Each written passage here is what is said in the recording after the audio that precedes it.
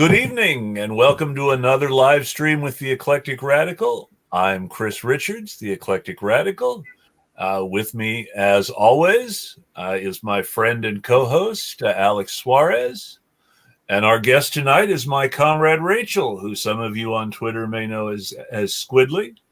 How are you doing tonight, Rachel? I'm doing all right. How are you? I'm doing pretty good. Alex? I'm doing fine. So I wanted to ask a philosophical question for Rachel to set the tone for the program. Okay. So my question is, and I'm of course going to expand on it. I don't want it to be simplistic by any means. So the initial question, the simple question is, what is love? But what I want to expand on that into the philosophical level and explain is, the Greeks, for example, have many different meanings for what love is. And of course, in English, love is very singular. It's not plural in its different meanings usually. So love is a driving factor, is a motivator for different acts, right, that we do. It could be activism. It could be acts that we're doing for a loved one, whether it's a spouse, it's a partner, mother, father, etc. So in your view, with your philosophical background, what is love in that regard? Every time someone says, "What is love?" I think of that song, "Baby Don't Hurt Me." But anyways. I love songs. Sorry. But God, I haven't thought about this in so long, because I swear to God, like, this is something that they taught me in Catholic school, like, when I was like 12 years old, which was like 20 years ago. But I remember agape, which is like, unconditional love, like the kind of love that, in Catholicism and, like, the Orthodox Christian tradition, it's the love that God has for his creation. And it's supposed to be like all encompassing. I can't remember the other Greek words for it, but there's like, like brotherly love, like kind of friendship, and then you have like agape, and then there's another one which is the carnal kind. Philios is brotherly friendship. Yeah, the word Philadelphia, it means a city of brotherly love because of that philo word, just like philosophy itself, the love of knowledge, from the Greeks. The founder of Neoplatonism was wrote under the pen name Philo. Well, you know about the sophists. So is that where the word sophisticated comes from, Chris? Well, sophists sort of comes from, well, yeah, I guess you could say that's where sophisticated comes from. Though, well, I'm never going to think of the same word again, but yeah, it's the same root. Yeah, because the sophists were a type of lecturers. They were philosophers that gave lectures or speeches. So this is really important to understand. The first philosopher referred to as a sophist was, what was his name now? Protagoras. That was it, Protagoras. And Protagoras was a contemporary of Socrates. Socrates taught for free to whichever of the sort of more spoiled and listless sons of the aristocracy would listen to him. I assume he might have had some spoiled or listless merchant sons too. They wouldn't pay him, but wouldn't they like buy him meals and drinks? They would buy him meals and things like that, but he did not charge to teach. He taught for free, even though his students supported him a great deal. In that sense, he was like a socialist, wasn't he? Yeah, you could say that. It's hard to be sure exactly about Socrates because everything we know about Socrates comes through Plato. He was definitely contrarian. Well, probably. I mean, they killed him. That usually does suggest that he said something really contrary. Well, he could have went to exile. We know that. But he preferred to take the, what type of poison was it? The cup of hemlock, which is the hemlock, yeah. nasty. I think Shakespeare used his hemlock in one of his plays, too. I don't remember. I just remember the joke from MASH. In the immortal words of Socrates, I drank what? No, I'm sorry, Real Genius. That's not a MASH joke. That's Real Genius. Which, of course, he did not say. He knew very well what he was drinking. He knew exactly what the joke. Drunk. Yeah. But they were going to let him free, right? They like left one of his jail cells open, and his followers pled for him to flee to an island, and he refused. Like, Greek philosophy is not really my thing. Like, well, it's tragic, really, because he became a martyr. Like, he accepted the ruling of the courts, and he chose to be a martyr. Let's again, when you have the legal. Well, if he was exonerated, he would have went on and continued teaching, right? Well, that's the whole thing. There was a reason he chose to accept the verdict and kill himself, and it's hard to look at it from a really objective lens, because most of what we know about it, again, comes through Plato. It's worth reading what Xenophon has to say about Socrates, and it's worth reading The Clouds to see what the comedians of the time thought about Socrates, which is very comics. Yeah, the comedy writers were very hard on Socrates. But anyway, Rachel's more with the modern philosophy. What's a modern philosopher that influences you, Rachel? Jean-Paul Sartre and Simone de Beauvoir. I took that class. Yeah, I took that class and I just totally fell in love with it. I wasn't supposed to. Well, I shouldn't say I wasn't supposed to, but I chose to, buy some of Sartre's works, and I just, I almost read all of. Oh God, I can't remember anymore. I'm totally having a brain fart. Being and Nothingness? Yeah, absolutely. And I just, yeah. One of my fascinations with that couple is that they went to Cuba soon after the revolution in '59, and they met with Che. They were big admirers of Che Guevara. Yeah, but very familiar with their philosophy. They were also Zionists, though, and that sort of ruins everything. Well, Che actually went to Gaza when Che visited Nasser in Egypt. It was under Egyptian control at the time, and he was Che was a supporter of Palestinian rights. So. No, I meant Sartre and. No, I know. I'm just saying it's ironic, right? Because they turned out to be Zionists, but Che was supporting the Palestinians and basically all oppressed peoples. Well, it is very complicated for them because they were European Jews and they were expected to feel a certain way. In exactly the same way that there's a lot of pressure brought to bear to feel a certain way in some communities now about Zionism. Which is also a philosophy. It's a political philosophy started by a non-religious Jew named Herzl from Austria, who wrote in his diary that he wanted his children uncircumcised. So he was not a religious Jew by any means. And initially, I think it was Madagascar. He wanted the Jews to go to Africa. He didn't even care about Palestine. And then he found a biblical justification and said, okay, we're going to do it there. Well, so Madagascar was a place that was discussed after World War II. And it wasn't something that inspired confidence in people because islands. You mean World War I, though? Because that seems pretty late in the game. At the end of World War I? No, at the end of World War II. Okay, so that wasn't Herzl. Herzl was dead by then. Okay. No one was even actually talking about a Zionist nation, really, after World War I.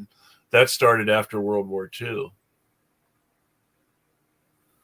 But certainly Herzl, the initial location he was looking for Jews to inhabit was not Palestine, right? I think that was one of his last choices. Well, no.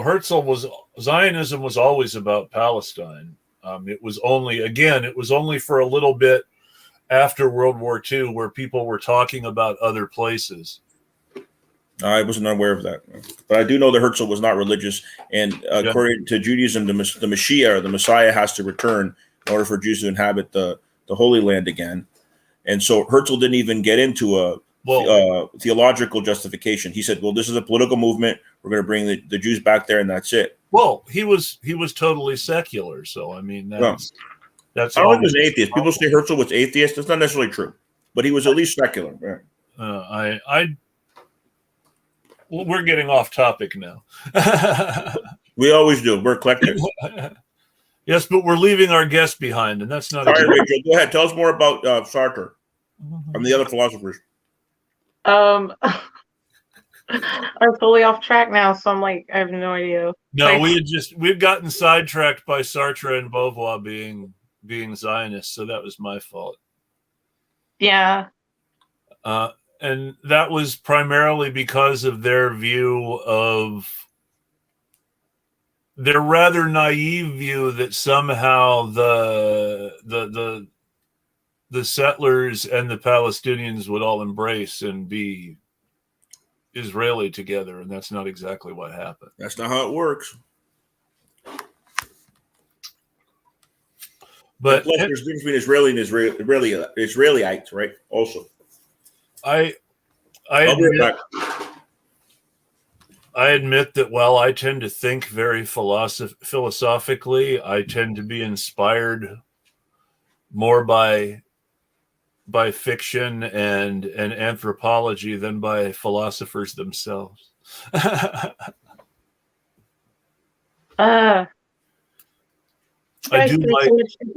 guys threw so much information at me all at once. I'm like, oh my God. I'm sorry. Oh my God. Brain empty. Now I feel bad. I'm sorry. Well, tell us more about you, Rachel. Tell us more about you and what brought you to get interest in philosophy and all that. Like I've always been a deep thinker, but so many things I hate it because, Catholicism carries so much. When you just say the word Catholicism, people get this idea in their heads, but there was a lot of good things that I got from Catholic school. One of which was, I was introduced to Socrates and Plato and Aristotle when I was like 12. And now I look back at it and I think, oh my gosh, like 12-year-olds learning this kind of stuff. But, even back then, all my life I've always sat there and wondered, what is the meaning of reality? What is real? How do people perceive things? This and that. And my mind's just always constantly turning, thinking about, the way people perceive things and what is love, things like that. Well, what is art then? What is the true art form? I think the true answer is that, everybody hates to hear this, but it's essentially the truth that, it's what everyone else, perceives it to be. If you perceive something as artistic, then it's art. Well, I mean, the simplest way to put it is that art really has the same definition that the Supreme Court justice once gave to pornography. I can't necessarily put it into words, but I know it when I see it. Art is kind of like NFTs because it's NFTs is. I hate to make that comparison. I feel like that's the worst comparison in the world, but it's kind of true because with NFTs, it's purely a what they call, I guess, a speculatory investment. Mm-hmm. And what is that? What is an NFT? I don't know what that is. Oh gosh, I hate that I know what it is, and you're making me answer this. But it's God, how do I explain it? Because first the blockchain, it's I heard about blockchain. That's related to it's electronic currency. What's it called? The Bitcoin. Yeah. That sort of thing. Yeah, blockchain. First, the computer software engineers, they figured out that the blockchain is the foundation of cryptocurrency, and everything is on the digital ledger.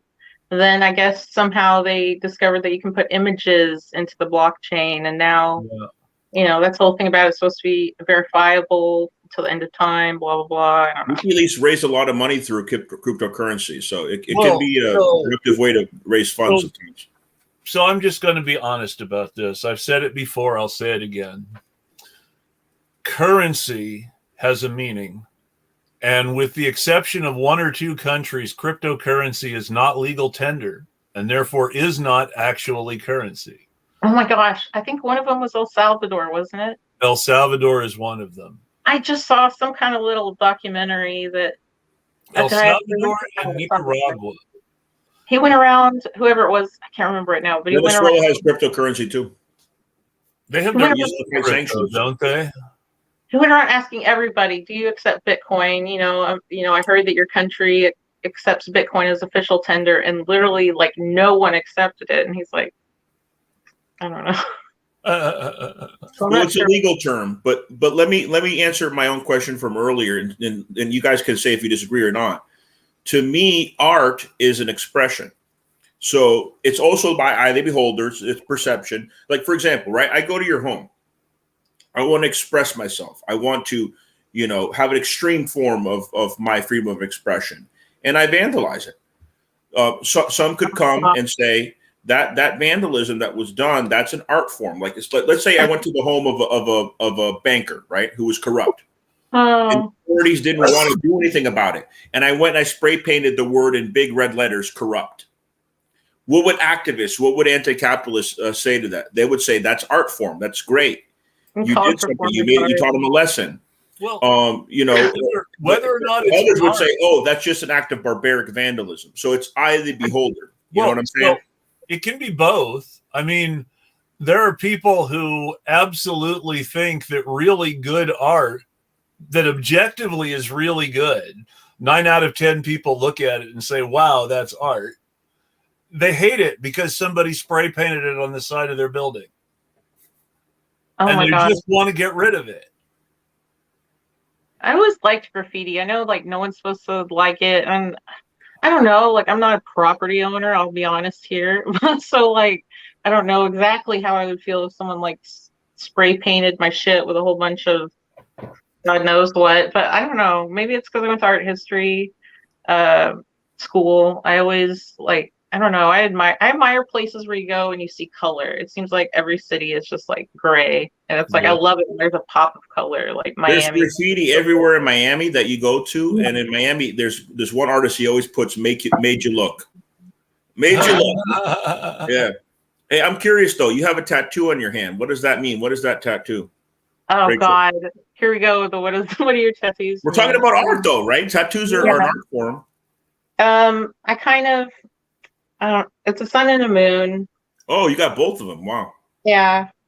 So according to the Inca religion, Inca art in South America, the moon, silver are the tears of the moon, and gold are the sweat of the sun. So they didn't use those metals as currency like the Spaniards did. They used it as a way to worship the gods and to do art form. Yeah. I don't know. I think a lot about, the duality of life and things like that. I don't know. Like, that seems kind of cliche, but I don't know. I'm a little bit like new age, and I'm a little bit of a crystal mommy. Okay. Like, but. So you're more new age than Catholic. Yeah. So I don't know. I just kind of like it. I don't know. Modernism. A lot of my tattoos don't really have any kind of like specific meaning, because after a while I was just like, fuck it, this looks cool. Let's put it on there. I don't care. Well, mine's my sign. I have a balance. I'm a Libra. It's on my foot, so you can always see it really when I go to the beach and wear sandals. I'm a Libra too. Oh, there you go. You had your birthday recently, Chris, right? What's your sign? Aries. Okay, yeah. Has it been a month already? 2 months? When was your birthday? April 5th. Oh, okay, it hasn't been that long. It's been barely a month. Yeah. Yeah, it's been a little more than a month now. But yeah, I'm 45 now. It's an interesting feeling because I don't really feel any differently than I did when I was 40 or when I was 30, except that my knees hurt more. Well, I heard once you reach 40, it's a lot more difficult to stay in shape. I'm 37. At least that's what my friend told me. He's 40, like 43 now. I mean, obviously in your 20s, it's easier to stay in shape than in your 30s, but it's really significant. My friend said once you reach 40, then it's like, oh, you really have to work hard to stay in shape kind of thing. At least for a guy now. I put on more weight than I used to. I still have a pretty good metabolism, and you can't tell that I'm fat unless I stand sideways. Plus, you got the beard. Yes. Well, but my face is thin. I mean, if you shave all this, I have thin, skinny old man face. That's why I have the beard, so that I can look like I have a face. I thought you want to look like Bakunin. You know, I don't mind the whole 19th century orator Look, Russian philosopher look. No. yeah. Leo Tolstoy. There you go, Tolstoy. Who wrote War and Peace? Was that Tolstoy? That was Tolstoy. Yeah, War and Peace is like 800 pages or something. War and Peace was Tolstoy. Crime and Punishment was Chopirodsky? Dostoevsky. Dostoevsky, I mispronounced, yes. These are great Russian writers, and their books are always like 800 pages long. They're all super long.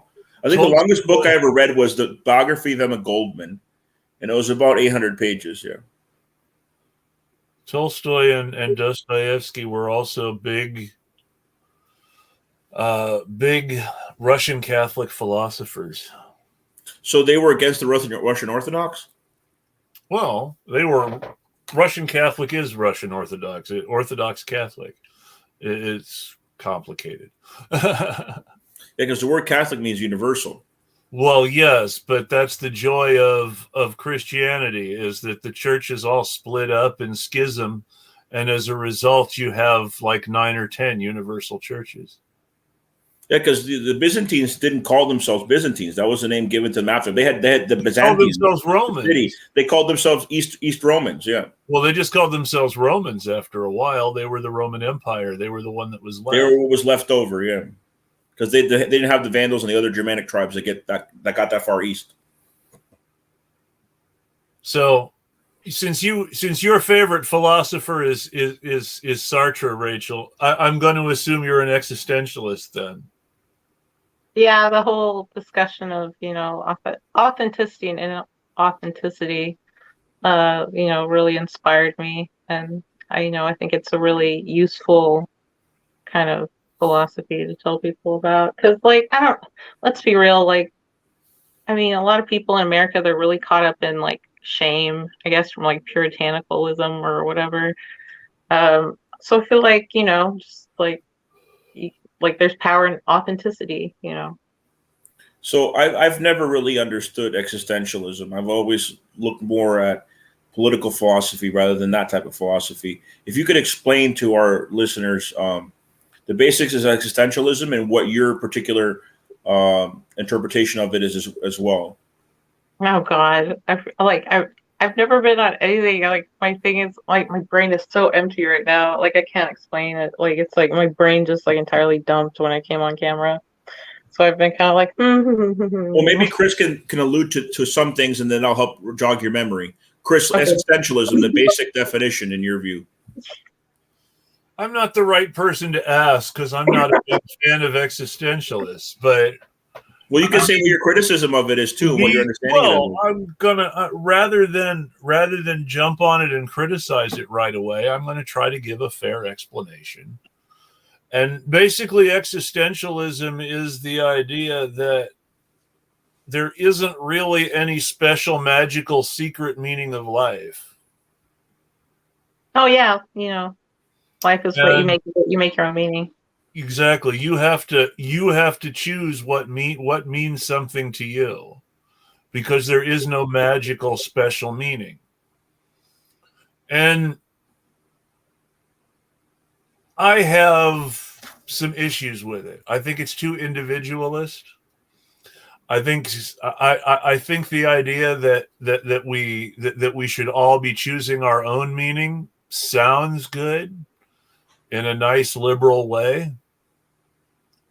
But when you really drill down on it, what it really means is it's a way of separating people by further individualizing them, further subjectivizing our community experiences into individual experiences. Yeah. Go ahead, Rachel. Go ahead. No, well, yeah. I was just, I had a thought. Oh my God, I totally brain farted again. Oh my gosh. It's okay. While you're trying to jog your memory, you can also take notes. I suggest that if you don't have pen and paper there, get pen and paper so that you can remember. But my issue, from what I understand so far of existentialism, and I'm by no means an expert, is that they're basically saying what you put out in the world is what's going to happen to you. But look, let's say you're a so-called minority in a poor community, and you put out 110% effort to better your conditions, right? Way more than some rich guy in a white neighborhood did. So, and you can't just say, "Well, that's on you. You didn't try hard enough." There were other external conditions that resulted in on you here. Yeah. I remember what I was going to say. And go ahead, Rachel. She wanted to say, yeah. But like, yeah, I get that. I actually never thought of it before when you said it like that, but that really makes a lot of sense. But at the same time, it's like, I don't know. To me, like, everything is subjective to some extent. Like, it's so hard because, like, you know, it's like what is real, really? Like, you could argue anything is subjective. Like, you can, and that's one of the weaknesses of philosophy in general, is the difficulty of addressing the real. And the simple answer is, we know that there are things that are real, but we're not always really good at working to do the critical thinking to tell the real from the not real. It's the realm of ideas, right? Philosophy. Yeah. Yeah, it's so hard. Like, it's incredibly hard nowadays to figure out, like, what the hell is going on. Like, because everybody's like, no, this is fake. No, this is fake. And you're just like, oh my God, what do I do? Well, the first thing to remember is that it's fairly accurate to say that most of the people who scream fake news are getting ready to lie. I mean, because whether you're talking about Donald Trump or whether you're talking about MSNBC, both sides would hit that fake news drum the hardest just before they pulled out their own big whopper about either Russiagate on the MSNBC side, or, you know, whoever he was mad at a given moment on the Trump side. Well, yeah. Also, there's a assumption that Democrats have to hate Russia and Republicans have to love. The Democrats have to, and the Republicans have to hate China. Oh yeah, it's like each group. It's like you have to like each group's specific set of likes and dislikes, or else it's like. So they're arguing over: do we nuke China? The Republicans. The Democrats, do we nuke Russia? This is the difference between two parties. They both want to nuke a major power. Well, so here's the real problem, and this is where it gets most complicated. The Republicans want a trade war with China, and they want to get tough on China. But they have people who give them lots of money who make money doing business with China. So the Republicans talk a lot, but don't do a lot. And the Democrats want to nuke Russia and China. But there are more Democratic Party donors who do business with China than with Russia. Plus the Putins, the pay for play, all the money that Putin gave the Putins? The Clintons. The Clinton Foundation, all the pay for play money that they got from Putin to sell our uranium, the Uranium One deal, so that they can enrich their nuclear weapons in Russia. So the Clintons were trying to figure out, and the WikiLeaks emails prove this, John Podesta and all that. They were trying to figure out a way to make a smokescreen to prevent people from seeing their relations with Putin. And they thought, what better way than to say that Trump, who's kind of friendly with Putin, is a Russian asset or a Russian agent. Well, so the thing about that is, and, you hate to throw accusations around, so there's an allegedly attached to all of this, of course. But it has allegedly been an open secret in New York City for years. And when I say years, I mean my entire life, and I'm the oldest person on the stream. It has been an open secret for years in New York City that Donald Trump launders money. Originally, it was Donald Trump launders money for John Gotti.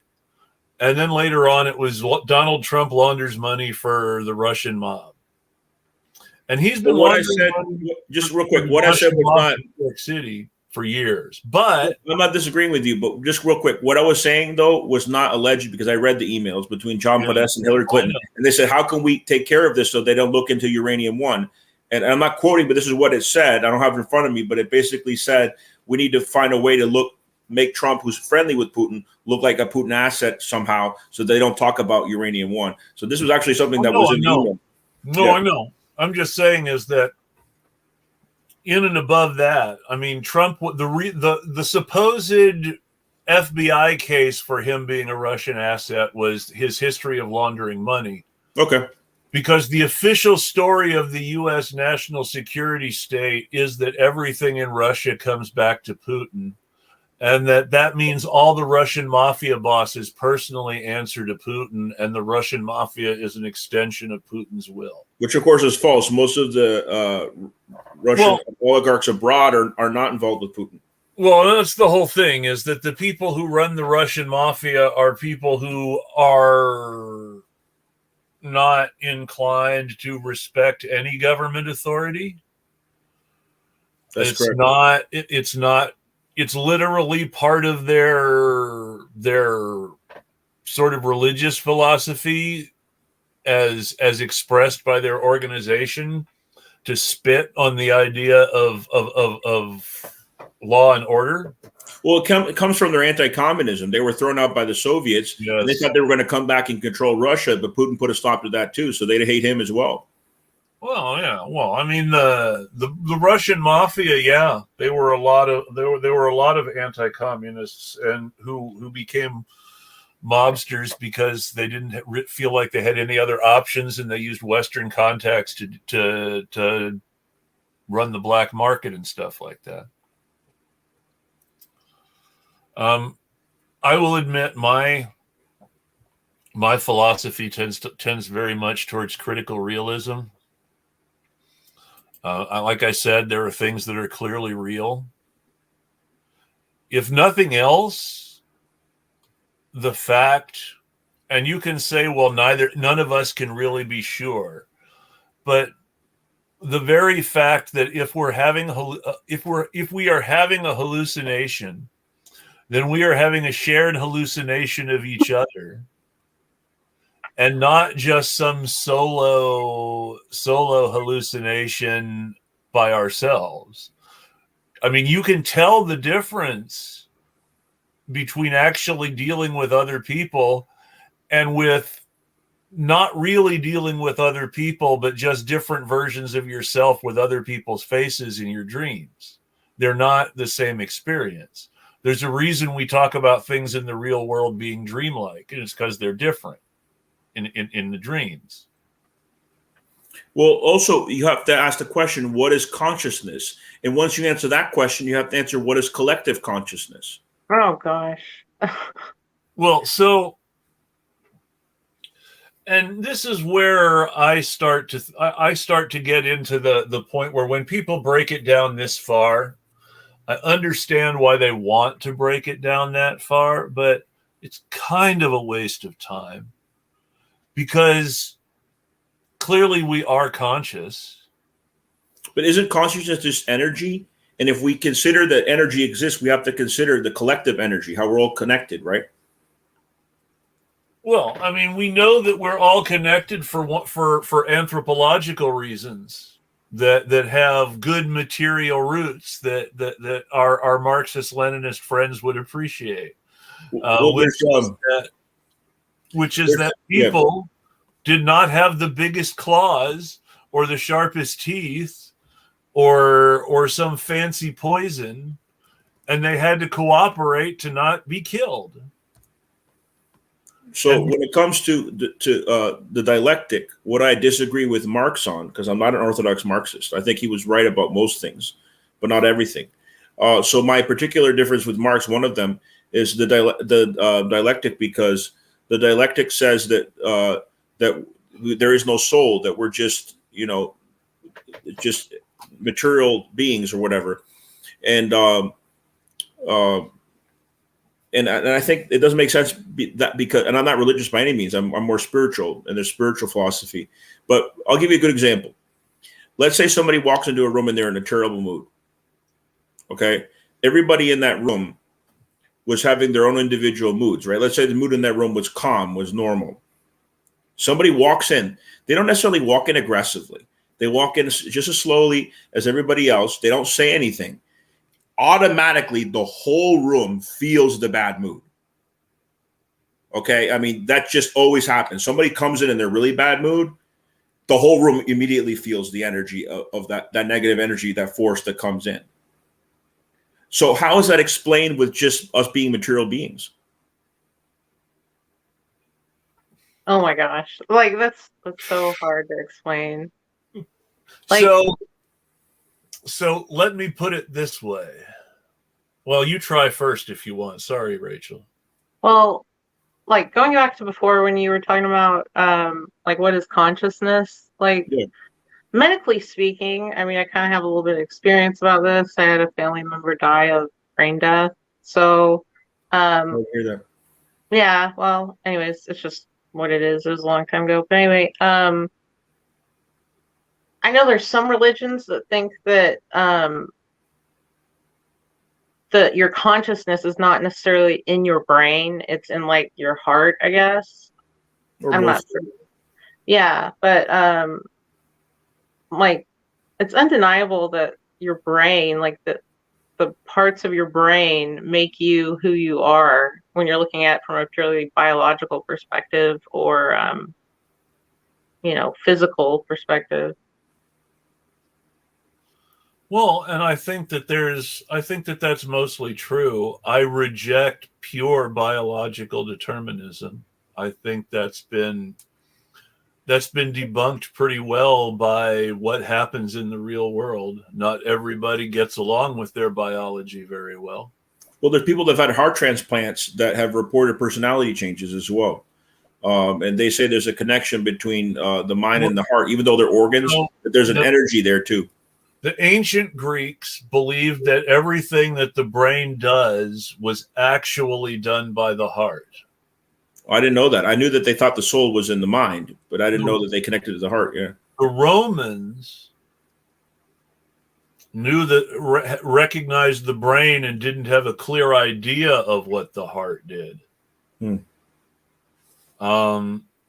some people went with the Greek version and some didn't. But the modern idea, most of the medieval idea of the heart comes in various ways from the idea that it was the heart that made you who you were, and the heart that contained your mind and your soul and your unique consciousness. And you get that a lot in the medieval, where there's a whole lot of emphasis on feeling over rational thought. And part of that's religious. Well, let me ask you this. They've actually tried to do I don't want to call it a brain transplant, but it was like a head transplant. Oh, they did it on a monkey. Yeah. And there's people that wanted to live longer, that wanted to find a way, like futurists and people like that are millionaires that could afford it, wanted to find a way to, if they had a heart problem and they kept having heart transplant and they keep having a heart problem, they want to find a way where they could, have a head transplant where they transplant it on a young, body that's going to live another 30, 40 years or whatever. Oh, and they want to see if they could transport their consciousness that way. Did you hear about this, Chris?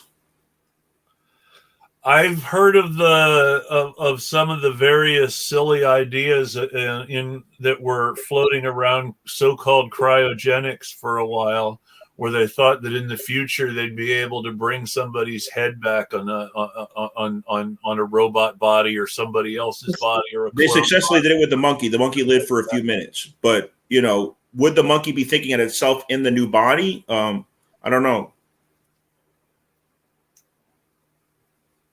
So much to think about. I study weird stuff a lot. Just so I'm familiar with the comic book idea of the ultra humanite who was able to have their brain put into a series of bodies and be just fine. And be essentially the same person no matter whose body they were in. But, comic books aside, I don't know. I don't know that you can really move the brain around that way. Well, futurists literally have their bodies now when they die placed in tanks so that 50 years from now or whenever they get the technology to upload consciousness, they can place it back in the body. Well, and then there's others that want their consciousness uploaded into a robot, right? Right now we have robots that you think something and it'll do it, right? There are robots now. Let's say I imagine the robot draws the number 8. But I put the brain waves and connected to the robot, and the robot will draw number 8. That's already in existence. Let me ask you a philosophical question. Okay, to me, it's also philosophy, but go ahead. Because this is, and Rachel, you think about this too. Okay. But so you do a robot, you quote unquote put someone's consciousness in the robot. Is that really that person's consciousness? Or is that some sort of copy or reconstruction of that consciousness in the robot? Are you really bringing that person back to life in some incarnation of their original form? Or are you just downloading their personality into a robot? Well, we have 3D copiers right now that can copy food, that can copy guns and other things. But you're right. It could be just a copy of the brain, not the actual brain of that person. That's correct. That robot could not be that person. Or maybe they'll be able to do it someday. I don't know. Well, I don't know. But let's assume that there's something called a consciousness, and that you can somehow map it and define it and upload it. Now, when we upload information, we're not, unless we choose to do so, we're not taking that information off our computer and putting it on the internet. We're putting a copy of that information on the internet. And then when someone downloads that information, they are downloading a new copy of that information onto their computer. So if we could really upload and download consciousness, would we really be bringing that person back in the way you're saying? It'd be more like a clone. It wouldn't be the person; it would be a clone. Well, it's not even about clones. Are you really bringing that person back in a way that person who's been dead for years is going to directly experience now, or are you just copying that person in a way that's going to make you feel like that person is back? I don't know. Like at first, when you were talking about like the singular robot example, I thought to myself that I would be inclined to think that it would be the same person just with different hardware, so to speak. But I mean, when you talk about the uploading and downloading kind of thing, that's so hard. It just like, it blows my mind, because it's like, in the first example, it's like, I would think that the only thing that would change is how we perceive it, because we are perceiving one entity ending, and then something happens to it and it comes out in this other entity. Yes. But yeah, I would think it would just be our frame of reference more in the first example. But in the second one, like when it's uploading and downloading, I'm just like, I have no idea, because it's like, how do you... And so if you're really physically putting someone's brain in a new physical shell, and you're able to keep the brain alive and the brain and the body accept each other,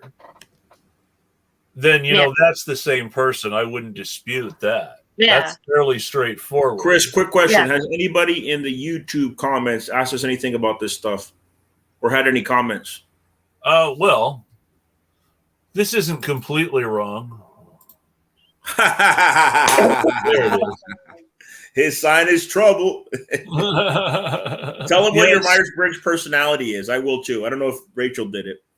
Oh, mine's INFP. I'm super rare. I never remember the abbreviations. I'm the protagonist. You're an advocate, right? Right, Chris? Well, it depends. I'm INTP. No, I'm INFJ. Yeah, when I looked it up, it said advocate. It's one of the names for it because they give you multiple names. Yeah. Yeah, I believe it said dreamer when on the test. Yeah, that's part of it. You're a dreamer. You're an observer. Well, what does yours mean, Rachel? But I like advocate better. Yeah. It's intuitive. What was it? Feeling intuitive feeling perceiving, something like that. I don't know. I'm more of a listener. Like it's always hard for me because I can be like totally wrapped into what like someone's saying and someone asks me something. I'm like, what? But like I just love to listen to people. Protagonists, they make friends with everybody. They're very compassionate. They also have a core group of friends that share their values. For me, it's activists, right? My bestest friends are activists. And then I have friends that are not political at all because I make friends with everybody. But part of being a protagonist, you work well with certain people, right? You work well with advocates, with masterminds and personalities like that because they help make the plan or help motivate you, and then you implement it as a protagonist, as a person of action. Protagonist sounds so weird. It's like you're calling everybody else an NPC. Like, that's kind of I'm the protagonist of no movie. We're all supporting characters. It was Myers-Briggs who invented it. It wasn't me. Well, and thing is, and this is important to remember, Myers-Briggs has been debunked. Oh, come on. It seems so accurate with the compatibility. It's even more accurate than the horoscope. Or numerology. It's very general. And some of it is that when you read some of these general descriptions, you can say to yourself, oh, yeah, that's me. But some of the specific things that they attach to the general descriptions are not necessarily accurate or specific to those general descriptions. You're observant, though, right? That's like the main thing of an advocate. Yes and no. Person. Yes and no. The advocate I know personally, because I haven't met you yet, is extremely observant. And that's like one of the main things that you got to be that as an observant person. Well, I mean, I'm very selective in how observant I am. I mean, my wife would probably tell you that I need to look at the whole room when I walk into it, and don't do that enough. But the people you're looking at, though, that you're interested in, you're very observant of them, right? I try to be. I don't want to be too creepy about it. No, I don't mean they can't tell you're observing them. That's the smart thing about it. Like, no, seriously, my friend that I know, she's just like that. She observes people. They don't know she's observing them. And then she tells me, oh, this person's like that. This person's like that. I'm like, wow, you sum it all up pretty quickly.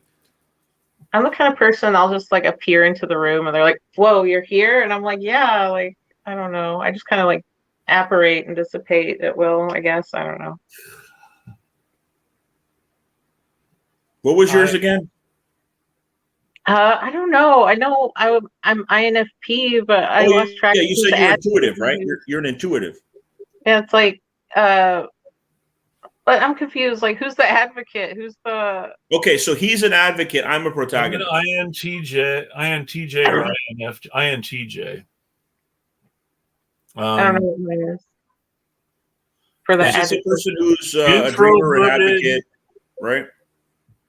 Apparently it's like the most like touchy-feely kind. I know, like, I always remember, I haven't looked at it so long, but I know when they talk about who it is, they always list like, celebrities they think that also have that, and mine's like, the INFP one, it's like Princess Diana, and I'm like, I don't know. Well, Obama's a protagonist, but I think he lost his compassion over time because he got corrupted by politics. But most people that are protagonists are very compassionate throughout their lives. Well, I don't know. Again, a lot of the Myers-Briggs stuff has been allegedly debunked. I'm not a psychologist or a psychology major or anything like that, so don't take my word for it. Look it up. But that's something that I have heard and read before, that it's allegedly been debunked. Well, just like the IQ test in a way has been debunked because they should base it off Howard Gardner's theory of multiple intelligences. It doesn't go far enough. Well, yeah, our IQ measures specific things that are considered signs of intelligence in a specific cultural frame. If you didn't go to preschool, you're not going to have the same advantages for other people with higher IQs. if you couldn't afford preschool for your family. It's true. It's fucked up. Everyone should have preschool. I mean, they're going after women's rights. You know, Yeah. they don't care about preschool, prenatal care, maternal leave, none of that. Well, keep in mind, I'll bring it up.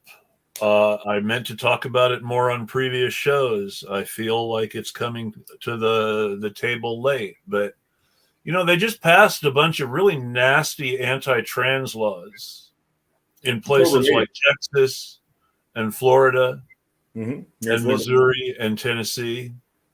The one that they haven't passed it yet, but it's looks like it's going to be passed. The one in Missouri, based on the biological fact that brains don't stop developing until the age of 25, wants to make it illegal for anybody to transition until they're 25. Oh my god! Which is nuts. Like, their justification is the mind's not fully developed by 25. Then why don't apply that to drinking and smoking then?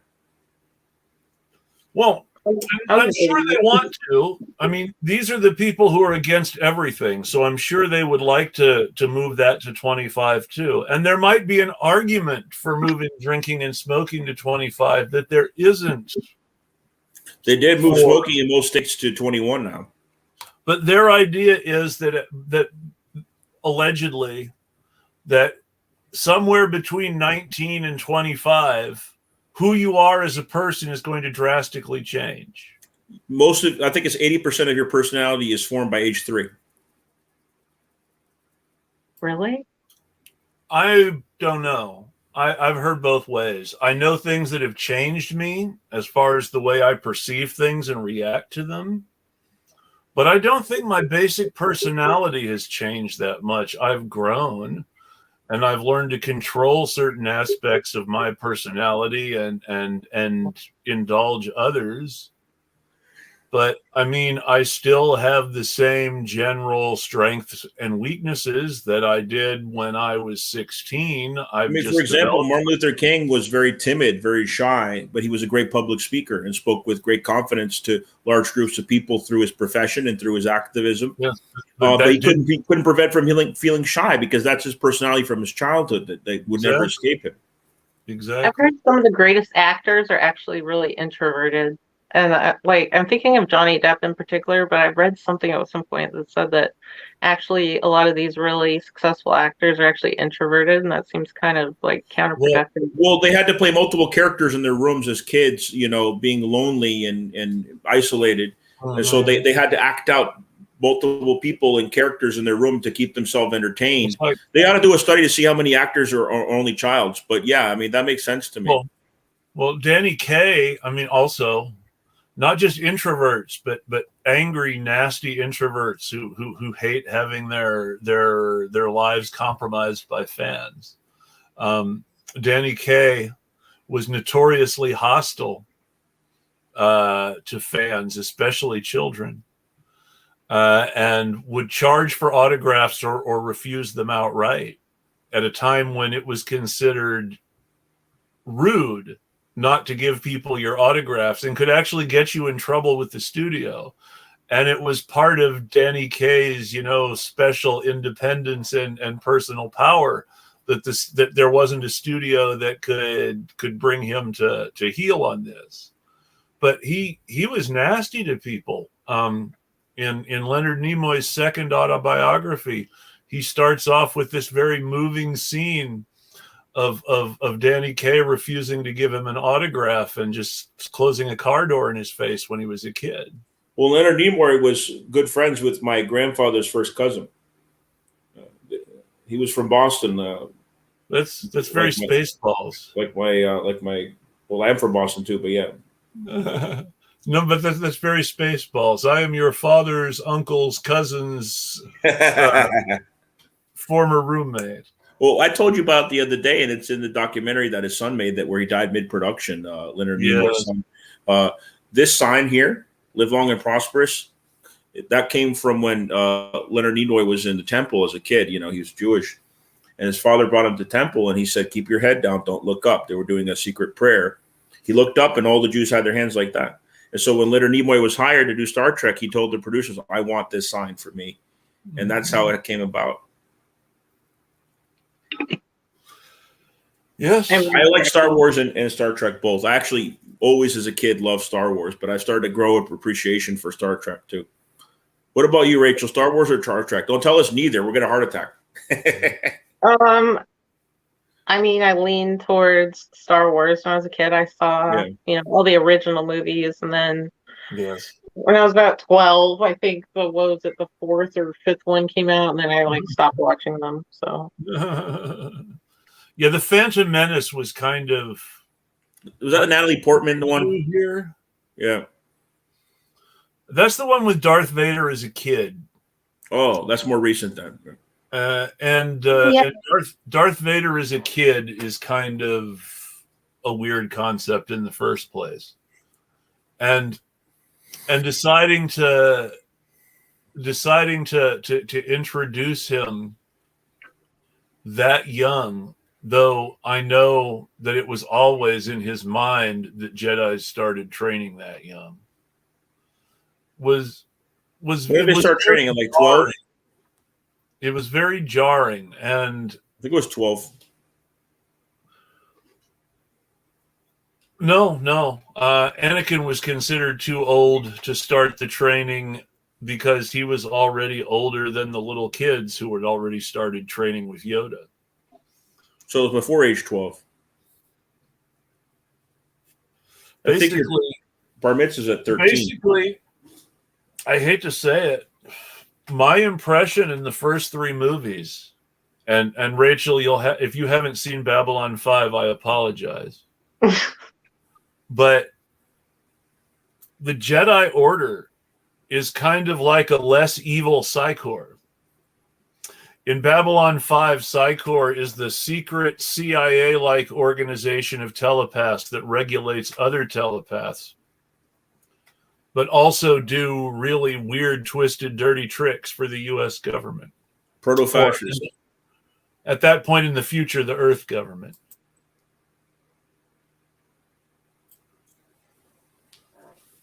What does the word proto mean, Chris? Proto? It's from the Greeks, isn't it? Proto, yeah. Before. Well, yeah, or like predating. Yes, it's like an earlier version of. It's not just before, but sort of what comes before. Yeah, it's kind of like the White Guards in Russia were the proto-fascists. Fascism didn't exist till Mussolini, but they were the proto ones. Well, so this is where you can go back further than that.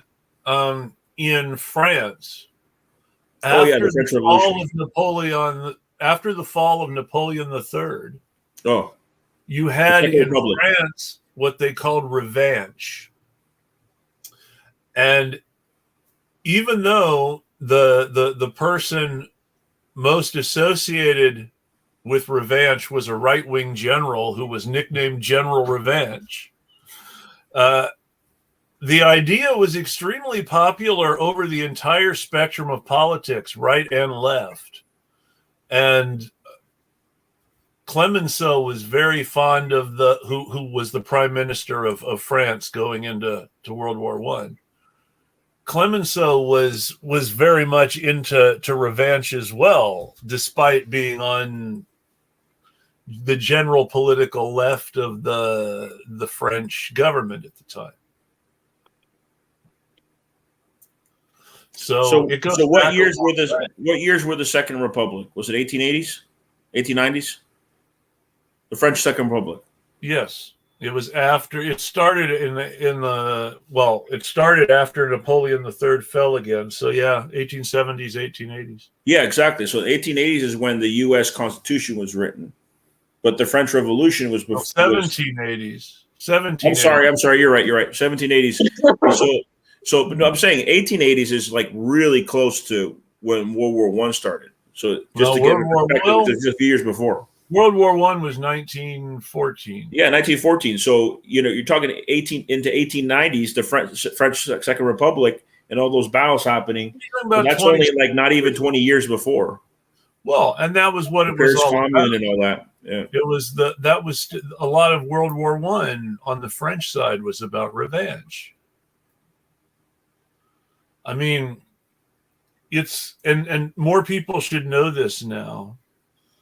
But the general understanding of historical facts is that the Tsar's secret police planned the assassination for the Serbian terrorist who shot the Crown Prince of Austria. The member of the Black Hand, yeah. And warned the French government that the assassination was going to happen, that Austria was going to demand that that Serbia make concessions, that Russia was going to support Serbia and Serbia would refuse, and that Austria would then have to declare war on Serbia, and then the French should then be ready. They should know when the assassination happened so that they would then. And you had the Austro-Hungarian Empire at the time, so they had to unite on that. Yeah. Well, so Russia and France. So Russia planned the assassination. France was let in on it as a conspirator who benefited after the fact. They let it happen. It was all very. They had the intelligence already on shady. It was all very shady. It was a false flag. Most major wars are started by false flag. I mean, look at Gulf of Tonkin. Look at Vietnam. Look at the Pentagon Papers. I mean, it wasn't a false flag. I mean, in a way it was because it was a setup. They could have prevented it. Gavrilo Princip really did shoot Franz Ferdinand and his wife. Okay, the better term is a setup, but a lot of major conflicts started either by false flags or setups. It was a terrorist act that was sponsored for the benefit of an imperial power. So Gavrilo Princip was a surrogate for Russia, the same way that Ukrainian Nazis are a surrogate for the U.S. now. Correct. And that's really the way you have to look at it, is that he was acting as a surrogate with. Now, he didn't see it that way. He believed he was a hero fighting to free Serbia. But the Russians were using him for their purpose, too. They wanted a bigger war, and they knew Serbia was going to get invaded before Russia. Serbia, to this day, has good relations with Russia. And they have a common enemy in NATO, because the Serbians are the ones that suffered the most from the separation of Yugoslavia. So Serbia has not gone along with the sanctions against Russia. They've not joined the EU, and, of course, have not joined NATO. So that history from all the way back then in the early 1900s, in a way, continues today with the socio-political diplomatic relations between those countries. And even, well, there was a break for a little while. Tito and Stalin didn't get along. Oh, I know. Yugoslavia and Russia did not. I mean, in Soviet Russia under Stalin did not get along for a while. With Khrushchev, though, they mended fences. Yes, because Khrushchev was starting to make some changes in Moscow, and Tito was still around then. So Tito lived a long time. Yeah. But it's a shame, within 10 years of his death, by 1990, Yugoslavia started to get split up, and NATO took full advantage of that. Well, Yugoslavia splitting up Yugoslavia splitting up was something that was a result of various nationalist tensions that were deliberately kept alive and inflamed by the U.S. for the purpose of the Cold War. Correct.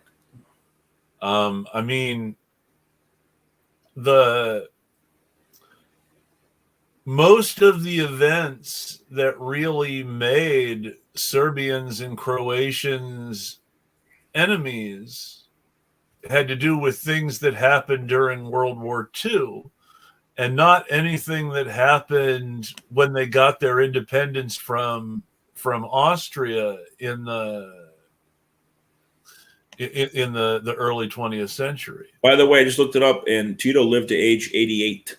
Yes, that's quite a long life, especially for those times. Beautiful cat, by the way. What's the name of your cat, Rachel? Bobby, because she has a bobtail. Oh, Bobby with an eye, huh? Yeah. Nice. That's my sister-in-law's name, Bobby. As Dude, my in wife short and for I don't Roberta? talk to each other anymore. Yes, it is. Yeah. When my cat had kittens, I couldn't tell if it was a boy or a girl. Like I knew I wanted the one with the little bob tail because I was the only one in the litter that was like that. But I was like, well, I can't tell if it's a boy or girl, and I want it to be Bobby. So if it's a girl, it's an I, and if it's a boy, it's a Y. So talking about the earlier concept of love. So I was talking about how love is a driver, is a force, is a motivator for certain acts, like the acts of an activist, which tend to be selfless, especially if they're not in it for glory, but for making a difference or trying to change society for a more just society. But to me, there's twofold love, right? So you're doing it because you love humanity, right? But there's also opportunists that do it because they want to be loved. They want to be recognized. They do it for glory. So that's where we have to differentiate when it comes to the concept of love as a motivator. Do you guys agree?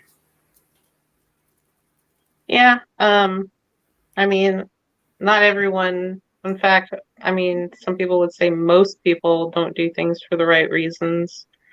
So, I mean, Again, this goes back to what I was saying about individualism versus community. People are trained to do things for very selfish reasons in order to separate us from each other and to not get us to think of each other as community.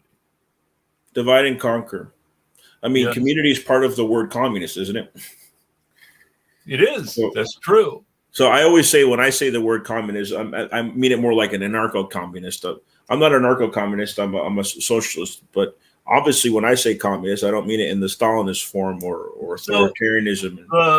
During the Russian Revolution, the actual revolution, to take over the process of taking over the country between the beginning of World War I and 1918, 1919, the Bolsheviks were organized by Soviet, and Councils, the yes. decision makers were these councils of workers who voted on everything very democratically, and direct vote. And while the leaders of the Soviets had a great deal of influence over the Soviet, all the decisions were made by direct vote by all the members. And it was a lot more. And during the revolution, they were able to keep this democracy going. Even women got the right to vote in those councils before they had the right to vote in the United States. It's true. And that democracy kept going to a certain degree with interruptions during the Russian Civil War because of what Lenin and Trotsky called war communism, which was much heavier handed because everybody was trying to kill them all of a sudden. But I think it was ultimately Stalin who reversed the democracy. Go ahead. Is that direct democracy, like Greco-Roman, or like? Am I thinking about some completely? I wouldn't say Greco-Roman, but it was a form of direct workers' democracy, right? Right, Chris? Yes, it was. The Soviets were councils of all the workers from all the factories in a given jurisdiction. I believe the Russian word is oblast, which is the area. The area considered part of a city's territory or a town's territory in some cases out in the country. Well, that just answered a question for me because I mean, if you look at a map, you see that word all the time. I had no idea what that meant. So. Yeah, because all during the Greek democratic experiment, they had slaves, right? So the concept that women, or if you didn't own land and you weren't rich or you weren't an Athenian, the Athenian experiment was great, but it was very limited. And even American democracy was very limited in the beginning, right? Today it doesn't even exist, but this is where it's important to be fair to the things that were amazing for the time while being honest about the shortcomings. Mm-hmm. If you were part of the citizen class Athenian democracy was very democratic. There were a few individually very rich people, but generally speaking, there was not a lot of huge economic discrepancy between the poorest citizens and the richest citizens. Part of this was sadly because citizen was itself an economic class, but that's another discussion. But all the citizens were expected to participate in government. We mentioned Socrates. One of the charges against Socrates was that every time that he was either chosen by lot or elected by his peers to serve in some sort of government office, he refused. He fought as a common soldier during the Peloponnesian War, but he refused to be elected general or admiral, and was apparently elected general at least once and refused. And the people who were having him executed were basically saying refusing to be general when you were elected general was treason in time of war. Refusing your civic duty, I guess. Yes, Yeah. exactly. And it's ironic because he considered his civic duty not to go in exile, but accept the law that had him executed. But there was two things that were my favorite things about the Athenian experiment. Well, one was they decreed. Go ahead. He fought in the war. He was. No, I'm not saying he didn't. Yeah, he just didn't take the position in general. Yeah, he didn't refuse to do his civic duty as an Athenian to fight Athens' enemies. But right. According to Athenian democracy, he was expected to take his turn if he was chosen by lot or elected general by soldiers. So, anyways, my two favorite things about the Athenian experiment is, one, they decreed it illegal not to be controversial. You could not shy from controversy. I love that in politics. Two, every year the most unpopular politician was exiled. And remember, Socrates preferred death over exile. Exile was one of the most disgraceful things you could possibly get. So the politicians for the citizens were going head over heels every year to please them because they didn't want to be exiled, and they did not mind getting into controversial debates. So those two things I love about the experiment. We need to bring back ostracism. And the reason there's plenty of politicians I can think we need to ostricize and send them to not to a nice island. Send them to some island in the Arctic or something. Well, no, you don't control where they go. You just throw them out of the country for 10 years or for life. Go lots of places. They're all rich.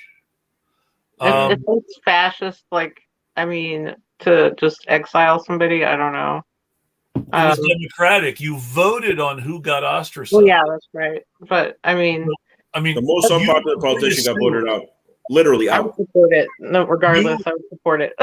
You could bring a suit to get me thrown out of the country if you didn't like how I had run things when I was in charge of the country. Correct. You couldn't do it until I was out of office, but you could bring a suit to get me ostracized as soon as I was out of office. Exile for they made sure while they were in office, they were pleasing their citizens. Well, there were lots of ostracisms that were literally based on political grudges, where one side would deliberately set out to ostracize their political opponents. And that's when they get the controversies. Both sides did it to each other.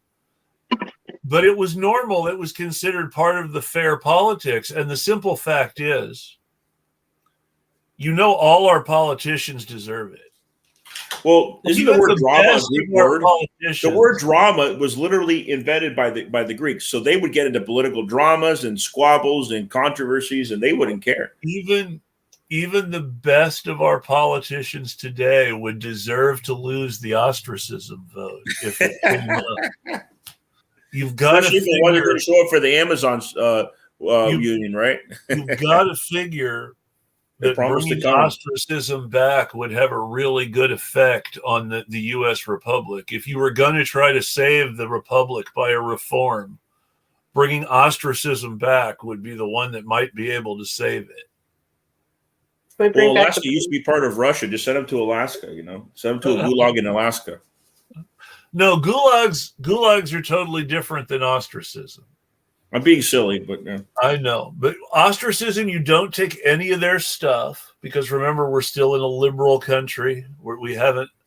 Ostracism is reformism. We haven't overthrown anything. But if ostracism were our one political reform, then you've got to figure that a lot of unpopular people, Hillary Clinton and Donald Trump both out of the country by now. Yeah. And so that's an upside, right? Yeah, but I don't want them going to some nice island in the Bahamas. Well, but that's served their pina coladas, and they got to be punished, man. Send them to the Arctic. Send them to Antarctica. Going to that Caribbean island during the pandemic, and they're going to go to one of Epstein's islands or something. Like, come on, man. Like that's going to be a big vacation for the rest of their lives and their retirement. The whole point is to disgrace them. So yeah, we don't have the concept of this is why reformism send them to the Arctic or something. This is why reformism will fail. I'm just saying that if there was one reform that could make a difference, I say take over their freaking property. Those corrupt SOBs, those traitors. Hey, no, I have strong feelings. About what should be done. Green reform, man. Reappropriate those lands. Give them to the people. Use the means. Give them the means. But that's what socialism is. Anybody that tells you they're a socialist and that does not want the means of production in the hands of the workers, they want it in the hands of a bureaucracy, they want it in the hands of a government, they're not really advocating socialism. True. It's only supposed to temporarily be in the hands of government, not permanently. Well, that's not what Marx talked about. Even then, the government needs to be worker democracy and not. But that said, not just representative, but direct. That said, even with all that democracy, you're going to have to do some authoritarian things if you want to keep the capitalists from taking over again. Yeah, the question is against who, right? Authoritarian things against who? Well, that's the revolution is doing against the enemy, which is the capitalist class. Well, but that's the thing, is that obviously you and I don't have a problem with it. That's why we're having this conversation in the first place. But there's always someone to say, look at this rich person being oppressed by communism. Poor Elon Musk. He'll have to go to exile to Mars. You have had a lot of dealings with Latin America and have a certain familiarity with dealings between the United States and Latin America. Tell me, what has our influence been? Well, I'll put it this way. The two most successful countries in Latin America when it came to agrarian reform were Cuba and Peru. So they have had agrarian reforms, some throughout the countries, like in Cuba and Peru, some limited in Venezuela, Nicaragua, etc. But agrarian reform is something that has been successfully done in Latin America. You can't say the same for here. And so what the U.S. has done is try to prevent the spread. They see it as a cancerous spread when you're talking about revolutionary governments on the left that want to use their resources to help their own people, that want to advocate for the indigenous people and the other oppressed people within their nations. What the U.S. wants to do is be on the side of the white oligarchs in those Latin American countries. And when I say white, I'm talking about the ones that are descendants from Spain that are part of the upper classes that are left over from the time of the conquistadors. Conquistadores 500 years ago. So, Creoles, as they used to say. Well, the Creoles were the ones that were born in the Americas, whose parents tended to be from Spain. Mm-hmm. These are many generations over Creoles, but that still maintain the elite ties to the Spanish aristocracy. Well, but that's the whole thing, is if they're still in the quote unquote pure Spanish descent, whatever the blood quantum is, they still qualify. Right. So the race was used to divide in Latin America as well. They came up with different titles. If you were a Zombo, for example, that means you had 3 different ethnicities. All Zombos, including in Brazil, Venezuela, countries like that, they had African, it should predominantly be. sub-Saharan African, and they had indigenous and they had Spanish. They were zombos. And then, It of course, should the be majority are noted. mestizo, which is indigenous and Spanish. It should be noted that some of these words are tremendously offensive to some people these days. Well, you can't find a single Latin American, or maybe one out of millions, that if you said mestizo, mestiza, they take offense. They consider themselves mostly mestizo, mestiza, and people that are zombo also call themselves that way and don't really take offense. But there is a word, like, for example, in the United States that could be used that certain minorities could take offense to. For example, nobody's offended by the word mulatto or mulatta in Latin America. Not that I'm aware of. Very few, if any. But yes, if you say today in the United States to a person who's half black, half white, hey, are you mulatto? They're going to take offense. That's a cultural thing, and you have to respect. But down there in Latin America, no, it's just I mean, it's something. But very rare you just have to remember that we're not in Latin America here. No, of course, I wouldn't go up to a person and say, "Are you mulatto?" in the United States. I'd get slapped probably. I'm just saying that down there they have different words for different meanings. Oh, I know. Oh, just like in Spain, for example, right? You don't want to say a Roma in Italy is a gypsy. They'll take offense, right? But if you call a gypsy in Spain a Roma, they'll slap you. They say, no, I'm gypsy. They'll say, yo soy gitano. So it depends, what demographic, what society you're talking about.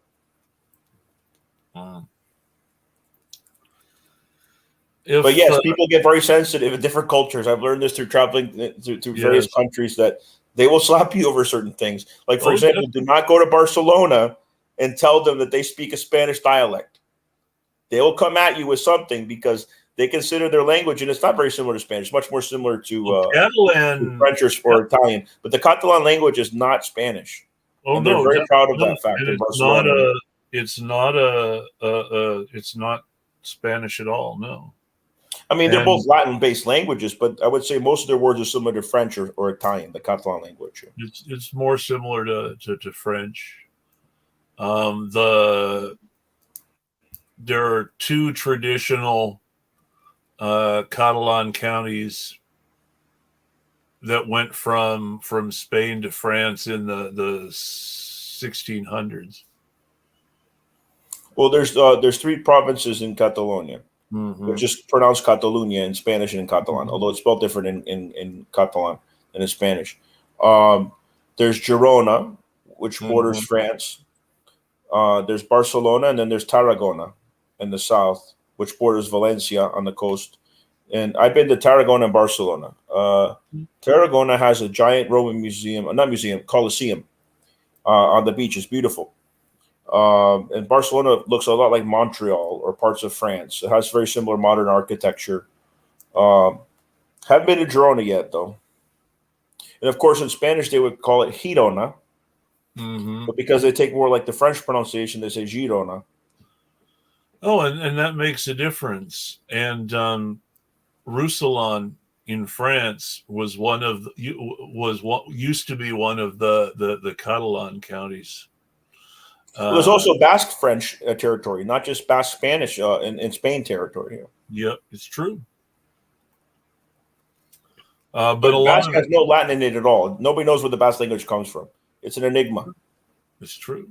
It's pre-Indo-European, which makes it a big deal in Europe. Yeah, linguists have been obsessed with Basque for a long time. They can never seem to find the origin. It's true. It could be because they're in the Pyrenees, and when you have a language that originates from a mountainous area, it doesn't have any outside influence a lot of times. Geographically isolated. Right. And that's true. I mean, relatively speaking, compared to other parts of what's now Spain and France, the Basque area was pretty isolated.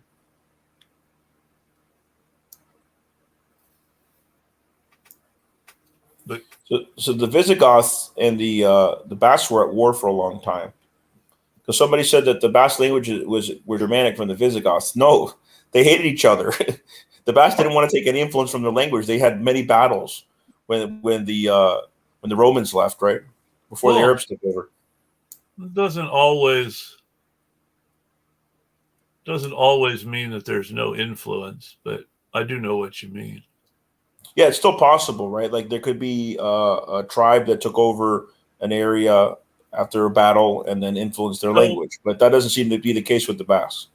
One thing I do want to make sure we get to before the show ends, because this is something that Rachel and I had talked about a little and really deserves to go in deeper in depth, which is, I mean, we're different ages, but we both definitely noted that the way that we see the world has changed a lot from a sort of, yeah, this stuff is happening to wow, this stuff is really important. And it's like there's this struggle between good and evil going on now that we didn't see before. And I don't know that that's really all political. I think things really are, and I mean this in the Chinese curse sense of the word, things really are more interesting than they've been in a while. These are the times that historians are going to read about and say these times were really a big deal. And and these are the times that history students are actually going to enjoy reading about because it's interesting and exciting.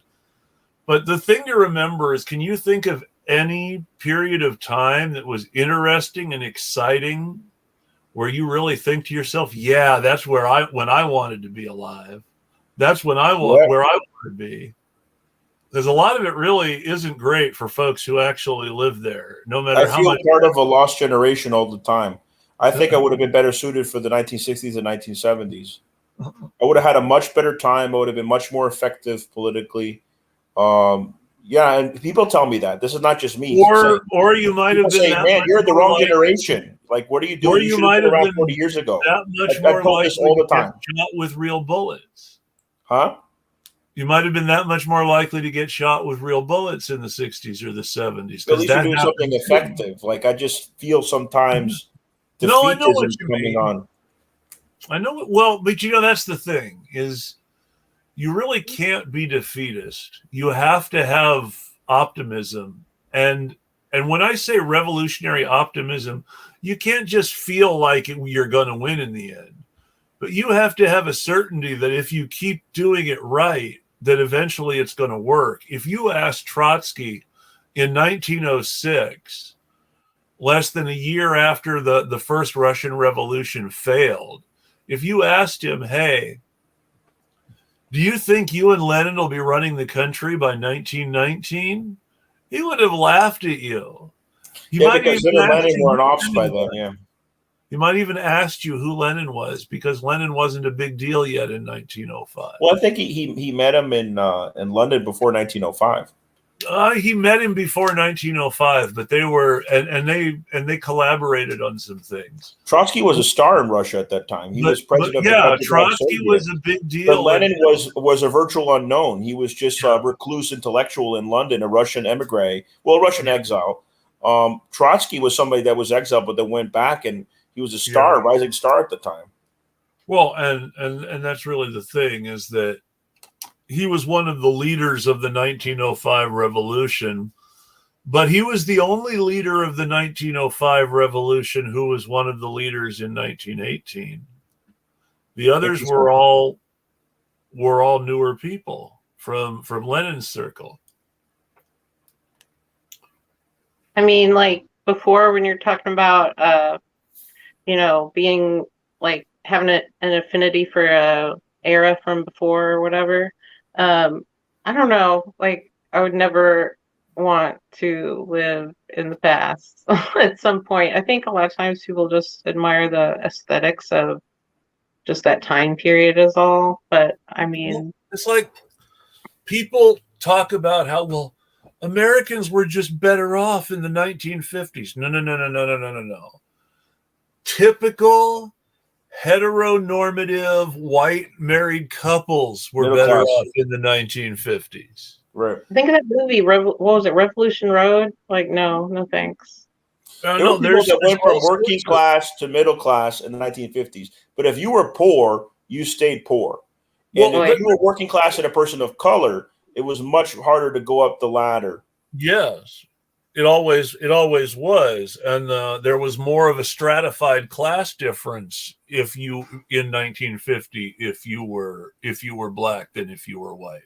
Not just in the larger society where black people were created by white people as a permanent underclass, but also the black society was much more stratified between the poorest black people and the richest black So people. when would you have liked to have lived, Chris? I mean, you can't really, I don't think that's something you can really think about. I mean, I think about it all the time. I can think about what I might have done, but Like, what difference does it make? Because I mean, for example, if I walked around the 1970s with these sideburns, nobody would say Elvis to me. Nobody. And it's so annoying. I get it all the time. And it's like nobody would say Elvis to me because that was the norm. Everybody had sideburns then. A lot of guys had mustaches too. So I'm comfortable with sideburns. I'm not trying to copy Elvis. I look like this. So, I mean, I get what you're saying, but I don't think that I can't think of any time that was really better than this, in the sense that, well, no, because again, in the 1950s, you had much more deeply entrenched racism. I agree. I would want to be in the 50s. You had much more deeply entrenched misogyny. You had marital rape was still not a thing. It was still considered normal and beneficial for men to physically discipline their wives in many circles. I mean, there were still magazine ads about the most effective way to physically discipline your wife. And these various products would tout themselves as being good for women's health. And it would be things like, he's drugging his wife. How is this good for her health? Oh God. The best time to have been born for me would have been the 1940s. So that would be fighting all of that in the 1960s because it was successfully being fought in the 1960s, the counterculture into the 70s. So I wouldn't want to be like working age in the 1950s because I'm not interested in getting rich like if I was middle class or whatever. But I would love to have been born in the 1940s and then come of age in my 20s in the 1960s and get involved in activism. That to me would have been ideal. I mean, like, my grandmother was born in 1919, which is kind of, because my mother had me when she was like 40, and then my grandmother had my mother when she was about 40. So, like, my whole life I've like thought about that. I'm like, not too long ago in my family line, like, women couldn't vote and women couldn't have credit in their name until sometime in the 1970s. I can't remember. That's interesting. Your grandmother was born the year before women could have the right to vote in the United States. My oldest grandparent was born in 1928, 1919. That's way back. But even just in the 1950s, you couldn't buy a house without a husband co-signing. You couldn't buy a car in many cases without. My grandmother had to quit her job as a phone operator when she married my grandfather. That was the law. The woman got married. She lost her job. That's not that far back. She was born in the 1930s. Yeah. I was, let's see, I'm from Texas, so, like, I don't know if it's a generational thing or more of, like, a Southern thing. I don't know. But, like, my family members, a lot of them, they all had kids. Like, the women got married and had kids when they were, like, 15. Yes. Like, I don't know. That's a Southern thing. Like, what is that? Like, the laws are actually make that legal with parental consent, right? With age 12 and all this other states. Poor people thing. So number one, that's a poor people thing. People who are poorer have sex and kids earlier. That's just at least back then. You're talking about back then, right? I mean, that's just generally been true across the board, is that poorer people I'm not tend sure what to... time frame you're talking. Part of that is because poorer people are more often to be victimized by richer people and not have any recourse. I mean, women back then, a lot of times, it was a lot more normal to just get married. And it's like, what? Why would you get a job? Like, why? Well, I mean, there was a time in, say, even like 1950, you could avoid getting charged with rape in some jurisdictions if you agreed to a shotgun marriage. Now, you're punishing the wrong person with this system. They still do it in some Islamic countries. And I don't say Muslim country. I say Islamic, like Islamic fundamentalist laws. No, I know what you're talking about, and that's not a normal thing. That's the Wahhabi thing, which is... Well, the Wahhabis control the Saudi Arabian government and their allies. Well, the thing to remember when you're talking about Islam is that the Wahhabi are kind of Islam's version of our evangelicals. And they're that sort of violent reactionary revival movement within the organization. And they have the same tendencies. And it's not that they're diametrically opposed to these American Christian Nazis. Before they had their own countries and saw America as the biggest threat, America was happy. These American Christian Nazis were happy to use these Saudi-trained Wahhabi militants for their purposes because they figured that they got along.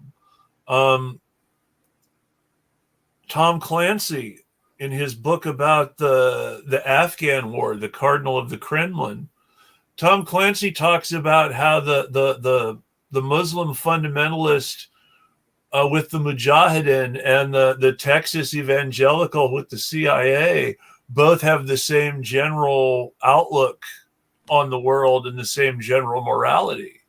The idea of progress to the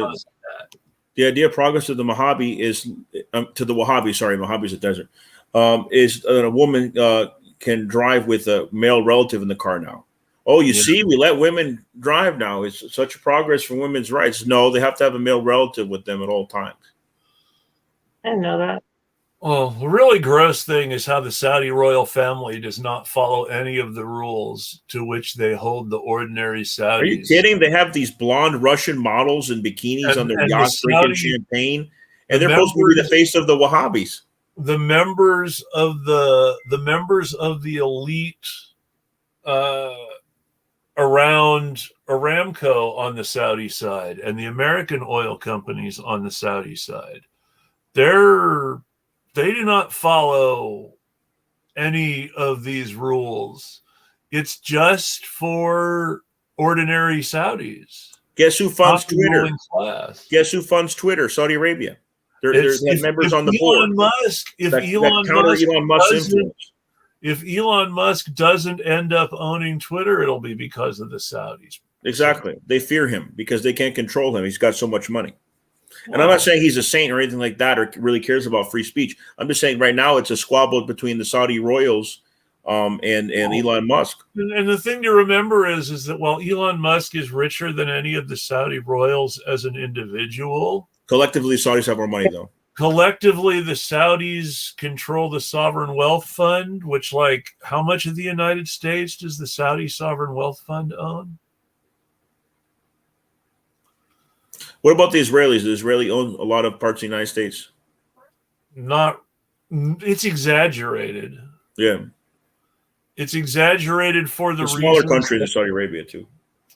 Less resources. It's exaggerated for the same reasons that lots of things about Israel are exaggerated for specific audiences in places like the US and Germany, which is not to say that Israel is in any way good, but there is no specific relationship between Israel and international banking, for instance.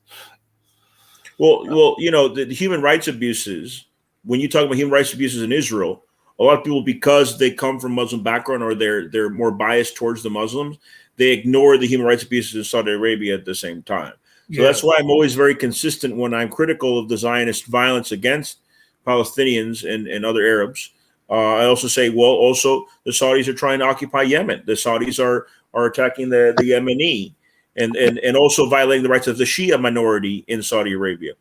It looks like Rachel left us. It does. Either she'll be back or she won't. In just a moment, we'll see.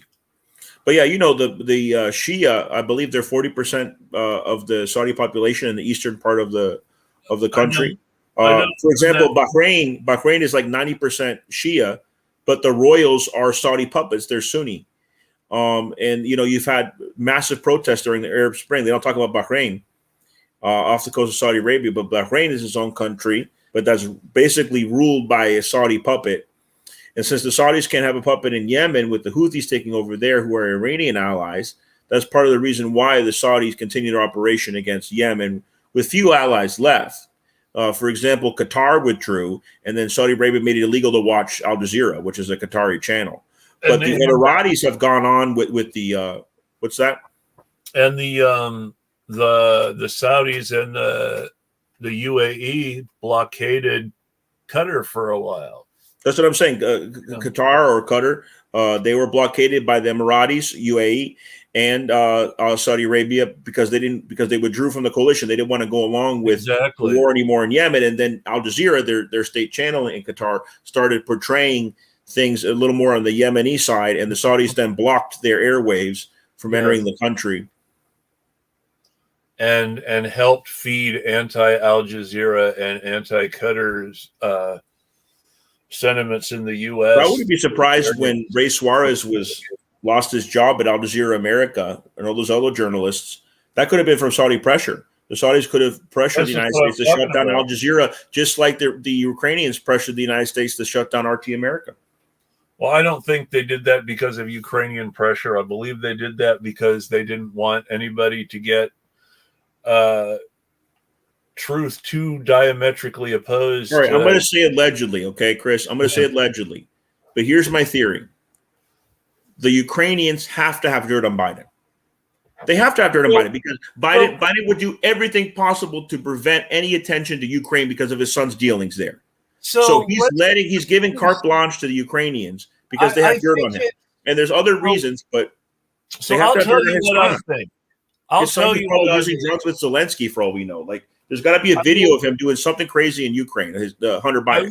I will tell you what I believe but cannot prove, and which will probably forever be a hypothesis. It's a conspiracy hypothesis, not a conspiracy theory. Not a theory. The reason it's a hypothesis is because it's just that. It's a guess.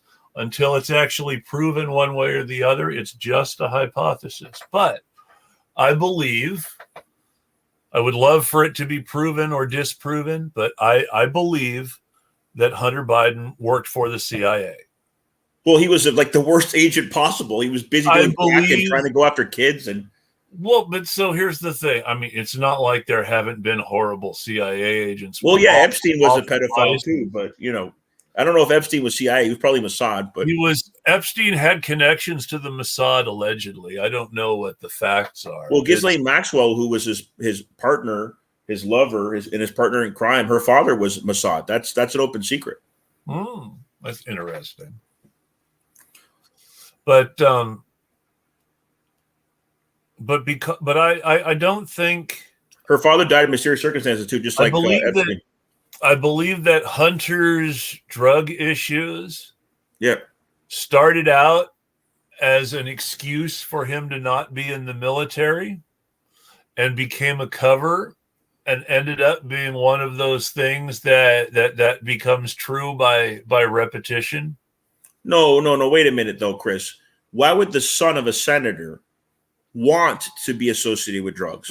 So let's go ahead and start simple and straightforward. So Prescott Bush was a senator. I know. His son was Poppy Bush, who worked for the CIA. I know. And eventually became its director.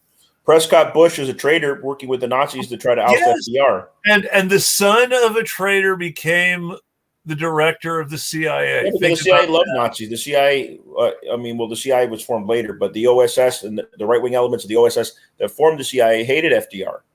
Well, and Truman regretted starting the CIA later on. Yeah, but the OSS loved communists. OSS. Well, that's what I'm saying. The extremist elements, because the OSS worked with nationalists and communists. They worked with Ho Chi Minh, but that was because they had a common enemy with the Japanese. OSS loved Ho Chi Minh, though. Have you read the OSS's communiques to Harry Truman about how he should let the Vietnamese have independence and not help? No, that's what I'm saying. Take the most extremist elements of OSS that didn't like what they were doing in China at the time. They were the ones that became CIA. I know. And that's really the depressing thing about it. Say what you want about Ambassador Kennedy, but he was actually one of the biggest advocates for there being no intelligence agency after the OSS disintegrated. Well, the reason he was against intelligence agencies, though, is that he was spying for the Nazis when he was in England as our I never heard that, but I did hear he was in favor of appeasing the Nazis. He was a big investor. He was one of those people who was a big investor in Hitler before. Well, Henry Ford was. I never heard that Ambassador Kennedy was. But. He was very pro-Nazi. He gave when he was ambassador, and this is all diplomatic stuff, and this is stuff ambassadors do. But it's really important to understand that Joseph Kennedy did this with the German ambassador. We're talking about JFK's father, for those who don't know. Yeah. Yes, JFK's father was giving information to the German ambassador, despite the fact that he was supposed to be maintaining friendly relations with Great Britain for his boss, FDR. And Joseph Kennedy thought he knew better than FDR and did his best to maintain friendly relations with the Nazis and piss off the British. Well, at that time, the United States was neutral. So the United States was not hostile to Germany. It was, but FDR was known to be pro-English and anti-German. But also FDR was putting in jail in 1939 Americans that fought in the Abraham Lincoln Brigade on behalf of the Spanish Republic against the fascist-backed Franco. And he didn't do it because he personally didn't like the anti-fascists, because FDR was more left-leaning. He did it because of pressure by powerful people like industrialist Henry Ford that were pro-fascist. They wanted the United States to either enter the war on the side of Nazi Germany or maintain neutrality. Mm-hmm. It's true. Well, Franco's opposite number in Portugal, Salazar, was a fascist, but at least authoritarian.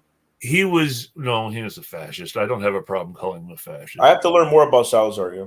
But he was friendly to he was neutral, but he was friendly to the Allies and not the Nazis for pragmatic reasons. Not ideological. Despite being ideologically closer to the Nazis than the Allies. Right. And why was Franco moderate after 1945? He didn't want to be invaded next. So then he portrayed himself as more moderate after World War II. Franco was neutral during World War II because he did not want to be, he felt very exposed. Yeah, he wanted to use his remaining military forces to suppress the left in Spain, rather than fight on behalf of his allies. More than anything else, Franco knew, because he understood, being an anti-communist himself, Franco knew that the Western Allies would be saving their main strength for Germany, and as a result, Spain and Italy would get invaded first, or rather Spain would get invaded first somewhere along the line if he was part of the war effort. Yeah, Sicily was the first place that they liberated. Yeah. Yes, but it's very possible when you look how close it is to England and Gibraltar. If if Spain was part of the Axis, that someone working for Churchill would have said Spain first instead of Italy first, because it was And Churchill. the French would say too sweet to Spain first. It was Churchill who wanted who wanted FDR to invade the Balkans instead of France, and then who wanted him to invade Italy instead of France. Well, what happened was once Rommel was defeated in North Africa, the first place they went in Europe was Sicily.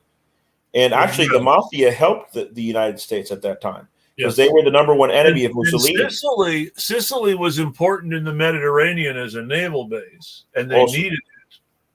And so from Sicily, they were able to extend into the Italian peninsula, upwards towards Switzerland and France. But the secret of World War II is that none of the battles fought in Italy meant anything in relation to the war in France and later the war in Germany. Yeah, it wasn't regular forces that killed Mussolini. It was the partisans, the Italian partisans. The people who were fighting the Italians in Italy when Italy was invaded were still fighting the Nazis in Italy when Germany surrendered. The last... There was some Nazi holdout there, yeah. The last, technically speaking, the last Nazi army in Italy surrendered after the German state had fallen, and only surrendered with the German government after Hitler killed himself, and Dönitz was made Führer in order to last month was the anniversary. Hitler killed himself in April of 1945. And that's a good place to I remember the date in April, but yeah. You remember the date in April? I don't pay attention to that stuff. It doesn't matter. It was last month was since 1945. Yeah, I'm too tired to do the math right now. How many years? But that's the way history goes. We got to try to bring either Sherry Honkala, because Sherry Honkala couldn't make it last time. She wants to come sometime soon. Or a couple other colleagues of mine I told you about. They're with me in Venezuela. So we'll see. I'm glad we were able to interview Dan Kovalek not too long back. He's an important guy. I enjoyed that. So we'll see who we can get next time. But whoever wants to be guest on our show that are just listening now and they think that they can have a lot to offer to the show, be prepared to hear two guys go off on tangents. That's why we're called Eclectic, right? So it's going to be a lengthy show. We're going to go off on tangents. You got to be a little bit patient, but you're going to be able to put your 2 cents in too, right, Chris? Yes, we absolutely like input. And you guys have a great night, folks. We'll tweet at you. Peace.